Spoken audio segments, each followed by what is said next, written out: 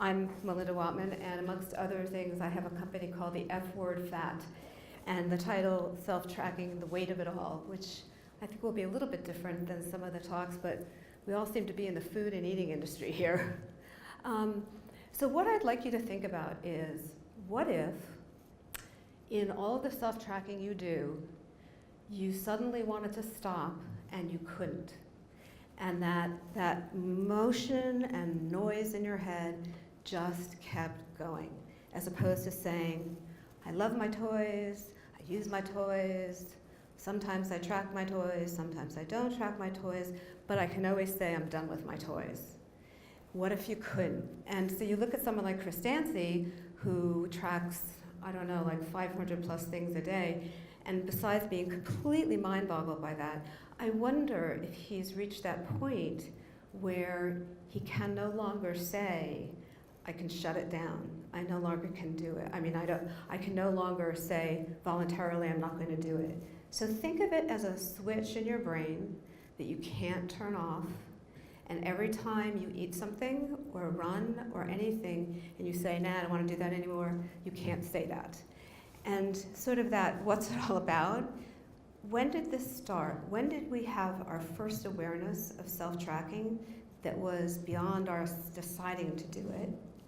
And I like to think of myself as one of the earlier self-trackers, because I'm here and there is QS. And I already was tracking at 3.5 years old, and I'm going to tell you about that. So the question, of course, is for all of us, does it start intuitively? Do we choose it on some level? What goes on that this is where self-tracking may originate at a very young age? And so for me, there was the food realization. Bad food, big me. I got that relationship really early, and I tracked that. So I knew that along with that was a size perception or distortion. There was what I should be, what I probably was, and what I thought I was, based on big food, bad me. So at 3.5, I got all that. I also got time. I knew that if there was enough time lapse between good food and bad food, I could ask for some bad food. I could have fun stuff. And that had a lot to do with my mother, who had her own tracking going on. So at 3.5, I had to come up with a math equation to track good food, bad food, mom, time, I want to eat what I want to eat, but I can't eat what I want to eat. And it was all going on in a little battle in my head. And that battle started at 3.5, probably before, but I remember it at 3.5. And so, again, keep in mind just one thing. Pick one thing you track and say, I want it to stop. But it can't. It goes on and on and on, and it grows. And so by the time it grows to adulthood, for me, that's what happened. And so I will now tell you a couple of chapters that got me there. So here's a riddle. What does a 9th grader and Weight Watchers have in common? Nothing. Literally nothing. And when I was in 9th grade, that was like minimalistic Weight Watchers. We're not talking apps. We're talking like no frozen food. So that's what happened. I went white-knuckling it all the way, didn't go because I wanted to, and gained 3 pounds. So now the voice was way up. The ante had really been raised, and my next, but this one I volunteered for. I was in my 20s, and I went to the Rice House in Durham, North Carolina. It was a miracle for me. I was going to get cured. I was going to be thin. The noise was going to go away. No more tracking, no more anything. Of course, I still didn't know the word tracking, mind you, but my brain did. For those of you who don't know the rice diet, this is it. Rice, fruit, rice, fruit, rice, fruit, rice, fruit, occasional chicken, occasional vegetables, rice, fruit, rice, fruit, rice, fruit, rice, fruit, exercise, starvation, weight loss. And that's what I did for almost a year with amazing results, as you might imagine, because how could you not lose weight on every grain of rice being counted? That would be impossible. I didn't need any kind of biometrics. I didn't need any kind of app. But the good days ended, as you might have predicted. And that's what happened. So rice, fruit, ice cream, cake, fried chicken. And there we are, though. This is the final chapter, sort of, kind of, but not really. So what happens from here to there is sort of like back to the very beginning of what I think of as the early adopter days, where we knew that Weight Watchers and the rice diet wasn't going to work. And I was an early adopter of bariatric surgery, which did work, as you can see. And I thought that if I were thin, it would take the noise away. But we've come full circle, because last night I was asked if I would be interviewed on The Insider on a report about fat shaming, and I said, sure. This was 3 hours before it. And what happened? I immediately thought, oh my God, what have I eaten today? How do I look? What do I weigh? What did I eat today? What did I eat today? Of course, I know what I ate today, and started ticking it off. So I am not even conscious of this behavior. It cannot be turned off. So some of you are probably saying, well, yeah, you know, that's normal. You go and you got like a thing happening, and you say to yourself, ooh, I wonder what's this, and what if I did that? Yes, I agree, but it's episodic, not constant. And that's the difference between what goes on with me. So think about your brain on music. You get that song in your head, and it won't go away.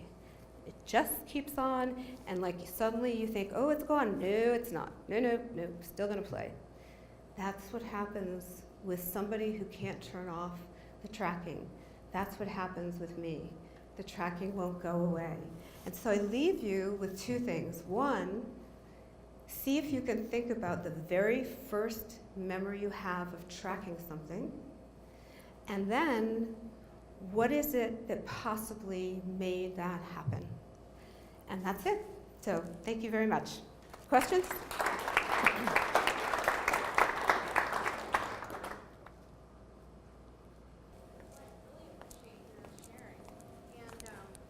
Oh, thanks. I work with people who are trying to break bad habits, and obviously tracking can be a tool to raise awareness and can be kind of internally abused by ourselves.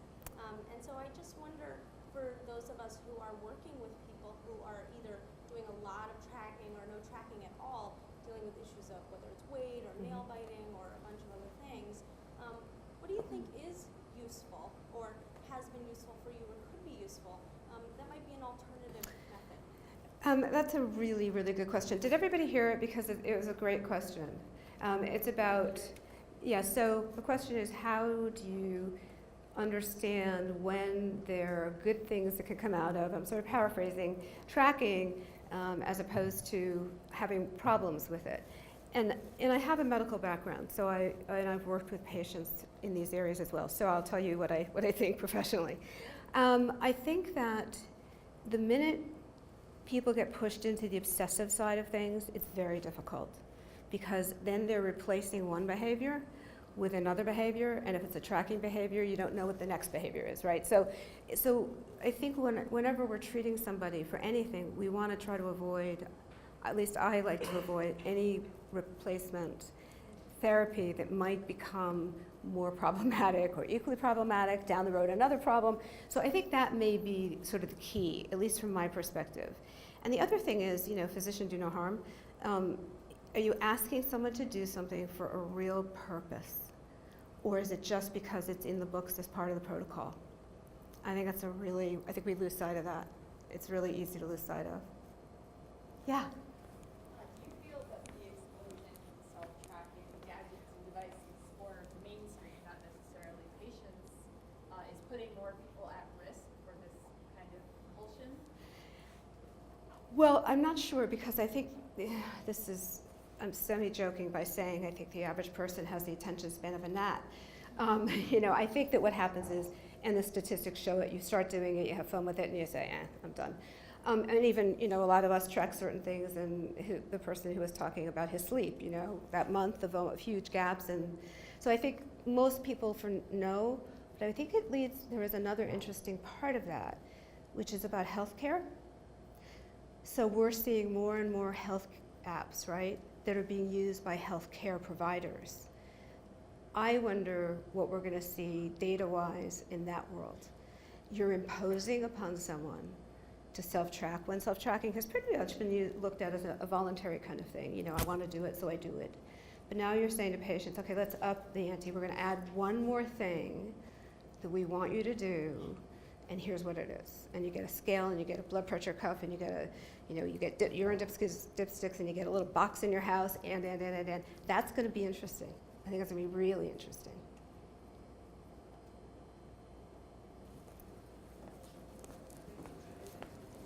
I'm sorry, I can't hear you. I think if anything, most people do not know where they are as far as tracking goes. I think here, these are all enthusiasts who are really interested in tracking. Maybe very small percentage are over tracking it, but I think majority of us, I just track my sleep, that's about it. I don't track my calories, I track my activity levels. And if anything, I think probably gain more by knowing, how often do I really exercise over a year. I don't know. I try to, but I don't know.